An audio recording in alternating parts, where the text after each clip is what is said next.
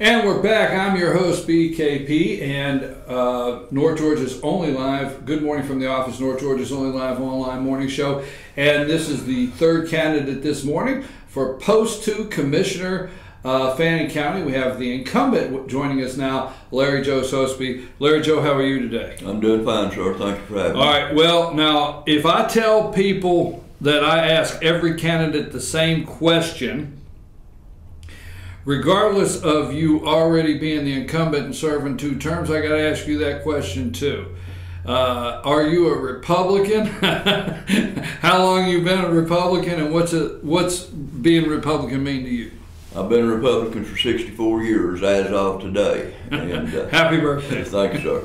And Republican it was my family trait. My forefathers were all Republicans. It fell down to me, and it's just a way of life for me, Republican. Well, some ask me, and it's not being negative to any other party, but some ask me, why do you always ask that question?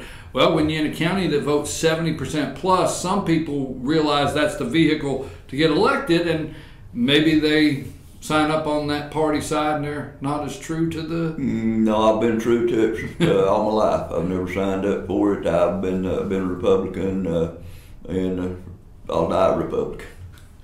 Let me ask you a question. You're incumbent. You've run 2 terms. Yes. You've held it. You've been there for 8 years. Let me ask you a question. Why do you want another 4 years? You served with Chairman Bill Simons for 8 years, and now you're in the 3rd year serving with Chairman Stan Helton. Why do you want a 3rd term as commissioner? We have a lot of things that we have got started that I would like to be involved in finishing. We've got the fire station, we've got a lot of other projects that's come up that I've been deeply involved in, and the other post commissioner and I work good together, Mr. Helton as well. And we've just got a lot of things that I'd like to see completed before I actually leave office.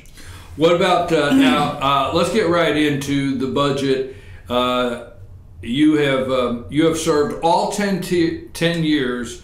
8 years. Well, I mean 8 years, but in the 8 years you've not raised taxes once. Not once. It hadn't been raised since I've been on, and looking back, I think it's been about 10 years. About 10 years, yeah. Since the millage rate. So you've not raised taxes, and the reason I'm bringing that up, and I've asked the other 2 candidates, and they're not in there, so they don't see everything you see. Yeah. But in the 8 years, the fund balance, it's estimated the fund balance could drop as much as $800,000 by the end of the year. It dwindled down. You and I both know you want at least $3 to $5 million, maybe $5 million. Mm-hmm. County wants half a year, if not 8 months, of operating capital. But the budget here and the fund balance here, is the county at a crossroads that something has to happen this next budget term? I'm afraid so, because the millage rate has stayed low for so long, and all everybody's coming at us wanting more money. It takes more money to operate. When I was elected 8 years ago, we had a probability of 19,000 people in our county. We've got around 23,000 right now, and it takes assets to run this county, and therefore with the EMTs, the fire station, the law enforcement, and every other entity that's in the building, an elected official, it's just taking more money. So we're at a crossroad. We definitely are. Something's going to have to be done, and possibility is coming.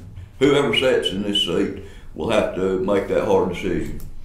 So when the next budget comes up and the next several years, there's going to have to be a decision on towing the line on the budget and trying to raise revenue. Now, I'm not saying raise taxes. I'm going to leave that totally up to any of the candidates to say what they want.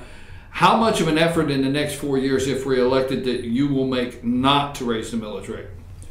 I will make every effort that I possibly can, just like I did in the past 8 years, but you know, time's catching up with us.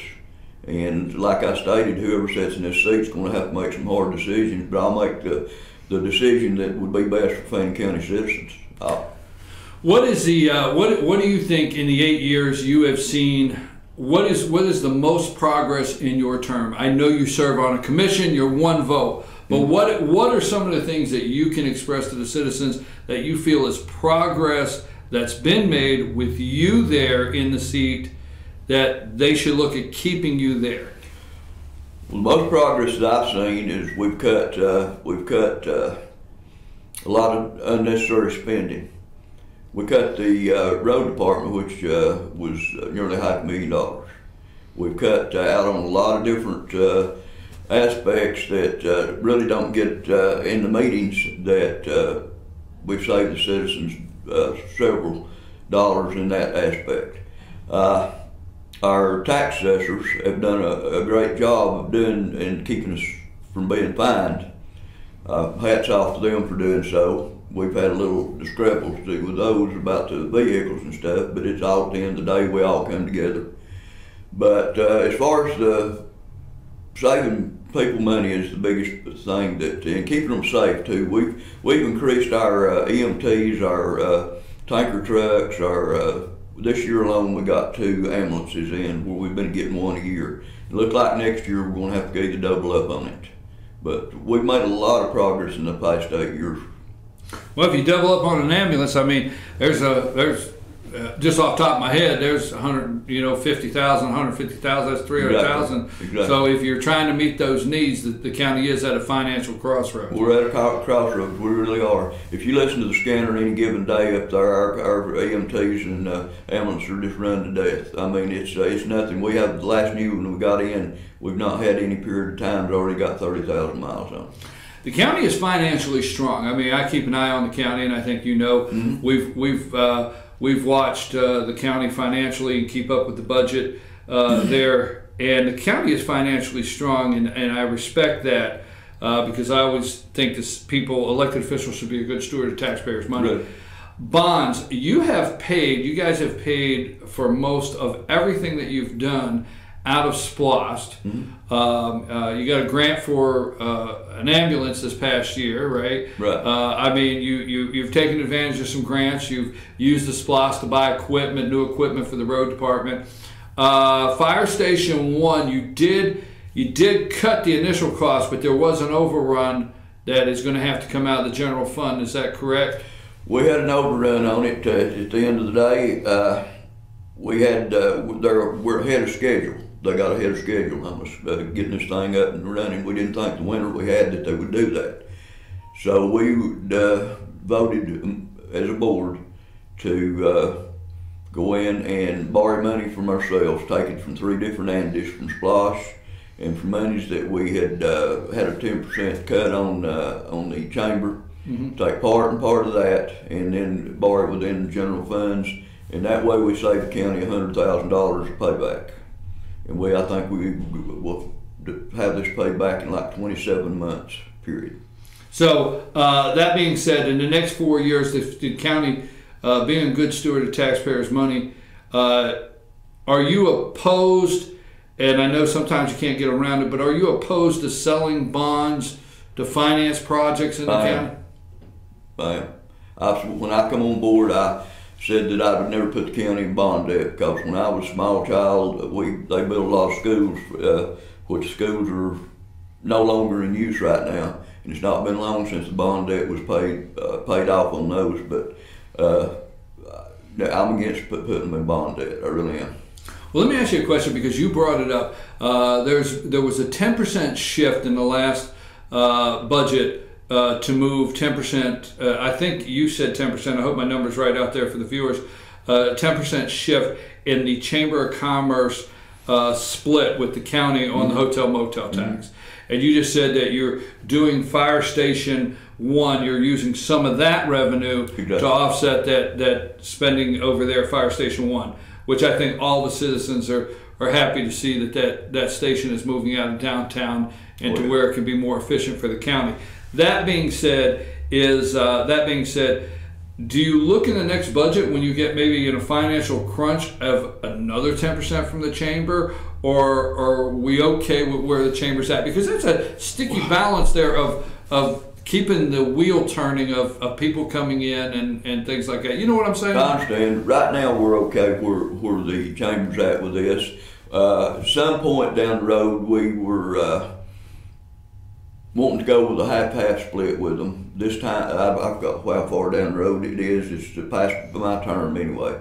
But we voted it in, and then we come back and negotiated that, and we got the split that we have right now.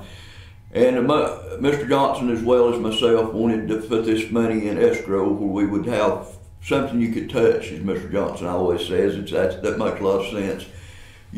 Something you can touch, and we want to use this part of this money on this project. But I don't see right now us taking any more money from the chamber whatsoever. Chamber's doing a fantastic job. If it wasn't for them, we wouldn't be here. Well, the only reason I bring it up is the economic engine. There is the wheel. That's right. And if you take too far here, then if you get 50% of less, that's right. You still don't bring it in. Okay, now that being said, I want to touch on two subjects, and like I said, for our audience out there, is the incumbent obviously gets a different questions because they're serving currently, and they have votes and they have decisions that they've had to make over the past several years that somebody wanting the office has not been challenged or faced. What are some of the toughest things you have faced with the citizens in the last 8 years that challenges, whether it's a department or a certain issue? What are some of the things in the 8 years that you've been there, the toughest challenges that have come before you that you've had to vote on and make decisions about? Some of the most coming to mind, some of them are the department heads having to cut their budget when they ask for it. Real difficult to go in and tell somebody they can't have this, can't have that when they're trying to plan to have everything. Voting on variances, people building that we can't vote on the variances that people want to encroach on the right of ways and stuff like that. It's hard to tell somebody when they buy a piece of property that you can't do this, you can't do that. But although it's ordinance in the county, it's just it's a hard, thankless job. It really is. But citizens of Fannin County mean everything to me, and I've tried to be as fair and partial with everybody as I possibly can. In the past term, we saw in the last administration, not with Chairman Stan Helton, Chairman Simons, we saw a standoff that cost the taxpayers. Now I'm going to say in public that I think the commission in the last 8 years that we've been covering it has been for the most part a good steward of taxpayers' money. And that's not siding with any individual, just the proof is there.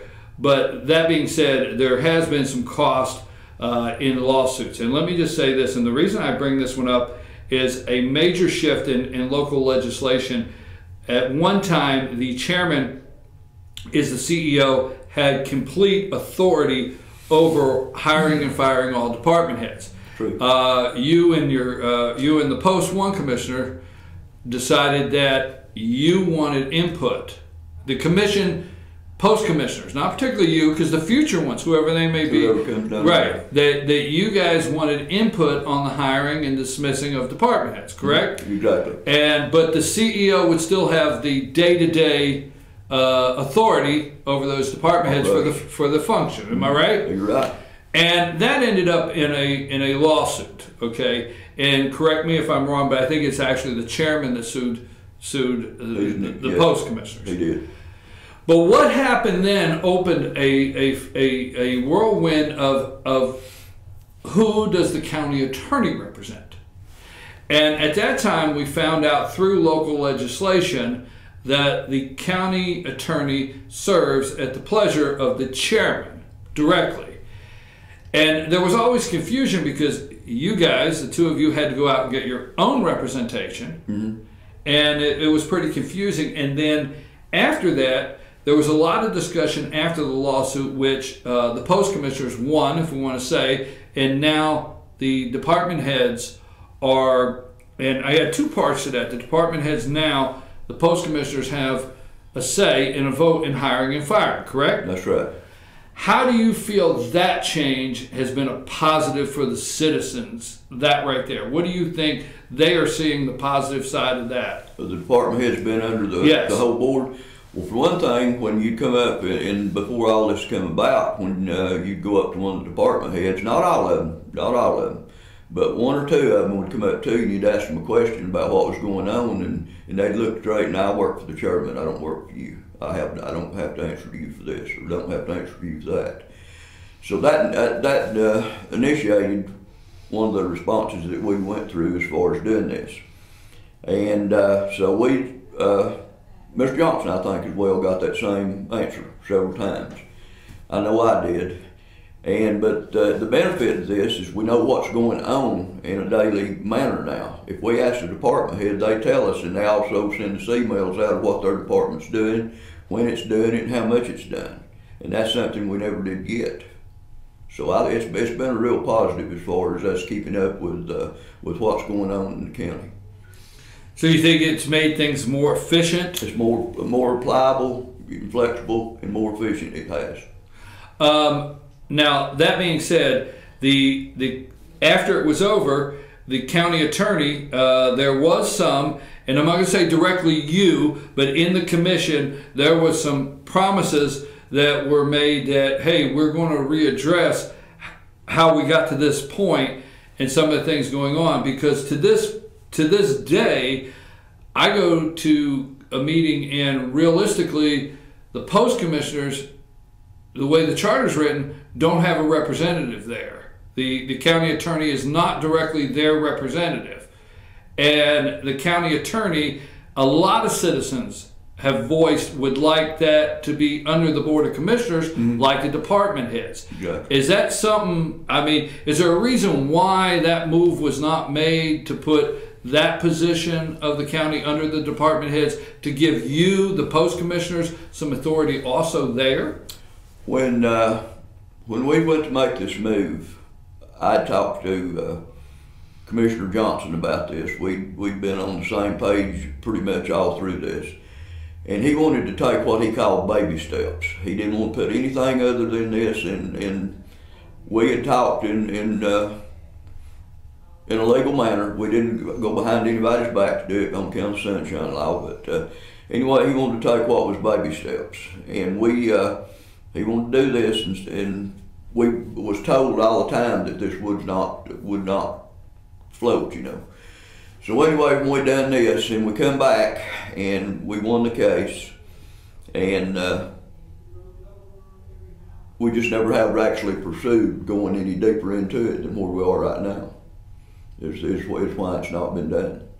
Well, the only way, and I try to make sure I don't mention names for a reason, is because they're positions to me. It's not personal. Exactly. It's a position. It's a county attorney, and in 5 years, if there's a different one, whatever may be, it's right now the post commissioners don't have that same authority as you do on department heads in choosing or choosing to keep, dismiss, or be represented where the county attorney is concerned. Exactly. But the county does pay an attorney monthly to represent the chairman. Am I wrong? Did I get that wrong? Because I'm okay. Sure. I'm okay on camera if once I'm wrong. She is supposed to represent, she is a county attorney. Apparently she is our attorney as well till, I don't really know how it works until we have a discrepancy, then I don't know where it goes from there. Okay, we'll move along. One of the, and I'm going to call it, one of the biggest changes when Stan Helton became chairman is he wanted in his new administration his own administrative staff, and he didn't break any charter, any rules in the charter, any laws. He's welcome to do that. He needs 2 votes, but there was a change in the chief financial officer and the legislative administrator, which that is actually what it is. It's the person that administers all the legislation down to Atlanta. There was a change, and there's a new chief financial officer. How has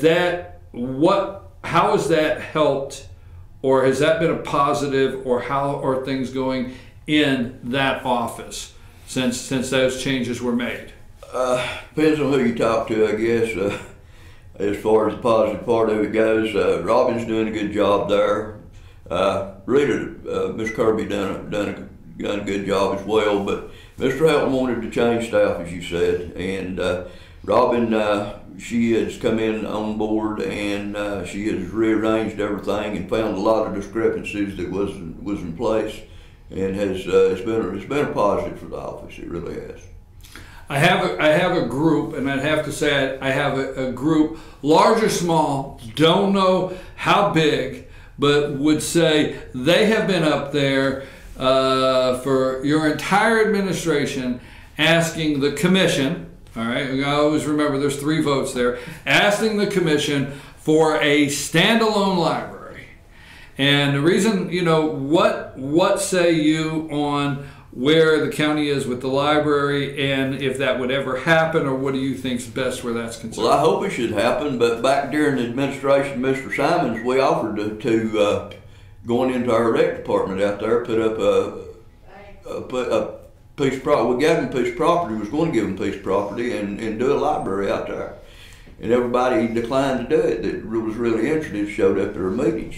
And so, you know, I'd like to see it moved out of the courthouse. We need the room in the courthouse.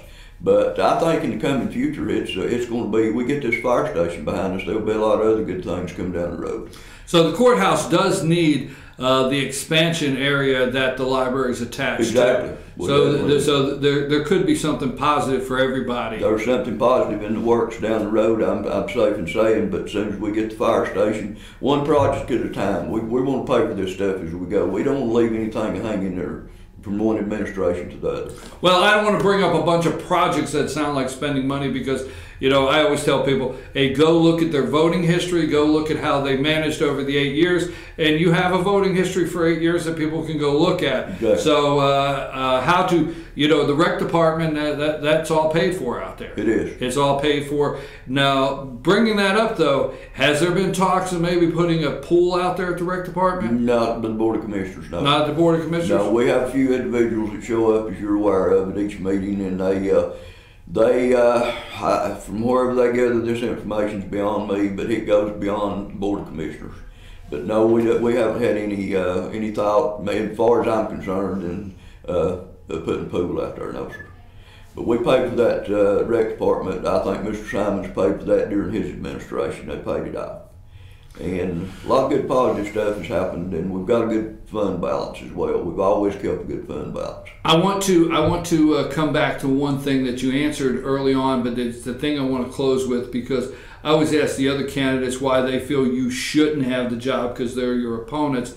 As an incumbent, can you frame up why quickly the Fannin County residents should send you back for a 3rd term?